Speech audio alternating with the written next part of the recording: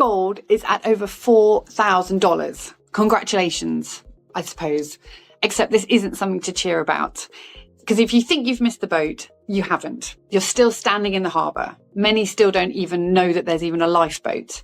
And if you're waiting for a pullback or planning to take profits, well, maybe stop and ask yourself, why did gold reach $4,000? Because this is not about a gold rally.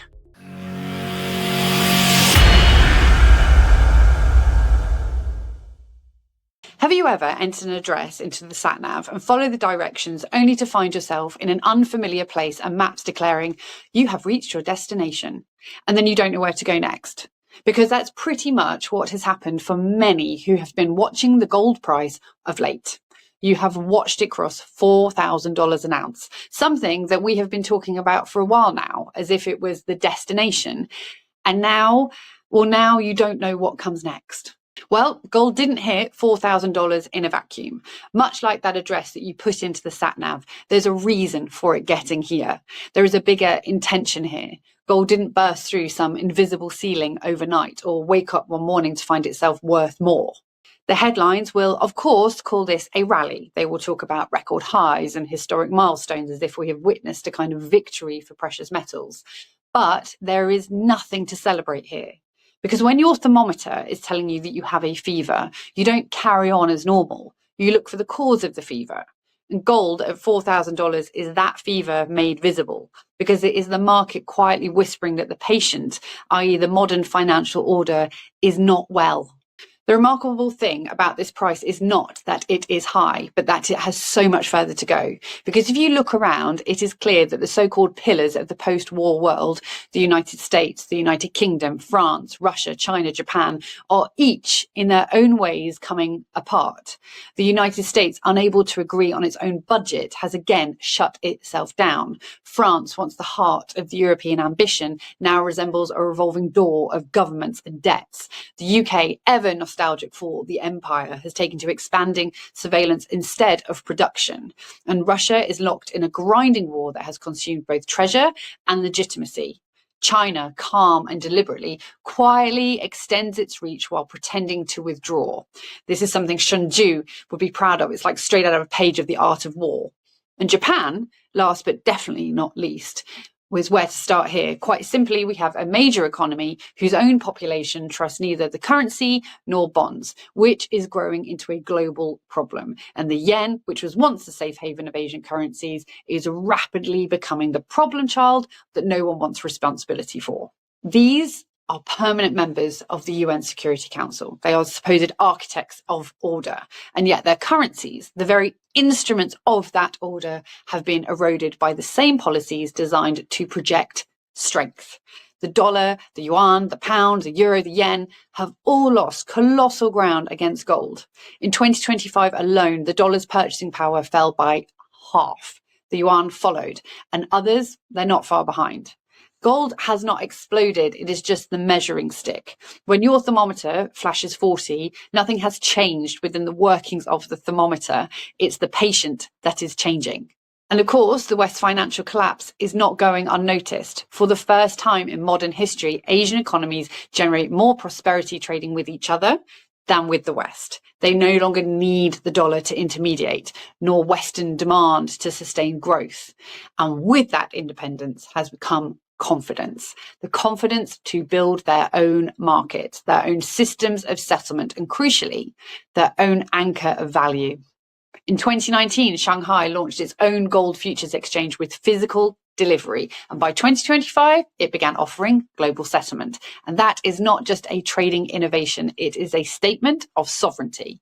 The price of gold is no longer discovered in London, it is merely echoed there. And while Western central bankers debate whether gold still has monetary relevance, or China and its neighbours have very much been quietly stacking it, likely in far greater quantities than their official figures admit.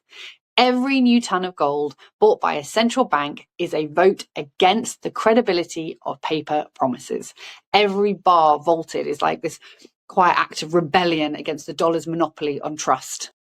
Because this is what the gold price really measures, the erosion of trust, not just in governments, but in the very instruments of the system, the bonds, the banks, the promises that underwrite everything from pensions to payrolls. For decades, US Treasuries were treated as the world's safest collateral, the benchmark against which all risk was measured. They were risk-free. But that illusion only holds if you ignore what has been happening in Washington. When a government spends decades borrowing more than it earns, shuts itself down for want of agreement, and turns its own debt ceiling into political theatre, those bonds stop feeling quite so safe, and the world has noticed. Trust has begun to migrate, not noisily, not with the crash of markets or the panic of headlines, but like slowly and mechanically, like water seeping through a crack in concrete. And where does trust go when it leaves paper? It goes to proof, goes to physical, tangible assets, it goes to the thing you cannot print, cannot sanction, cannot freeze, physical gold. Few people realise that the financial system has already begun to shift in quiet structural ways. Under Basel III, the post-crisis rules that govern bank balance sheets, gold treatment changed. Allocated, physically held gold, metal with no counterparty risk, can be recognised as a top-tier asset, while unallocated or paper gold sits further down the ladder because it carries exposure to someone else's promise. Now, that may sound technical, but it matters. It subtly tilts incentives towards holding real deliverable metal rather than synthetic exposure. It is not some revolution. It's more a quiet re-anchoring of trust back to tangible value. Now, for central banks, this evolution is especially significant. Through the Bank for International Settlements, they can, and increasingly do, use gold in swap and repo arrangements to raise short-term liquidity in foreign currencies without selling their reserves outright. These are not new mechanisms, but their quiet resurgence tells you something. In a world where dollar funding has become politically charged, gold is once again the neutral collateral of choice. And as the price rises, the same reserves can mobilize more liquidity, turning what was once a passive store of value into an active financial instrument. It is subtle, but it is profound. Gold is once again doing what money is meant to do, provide trust when nothing else can.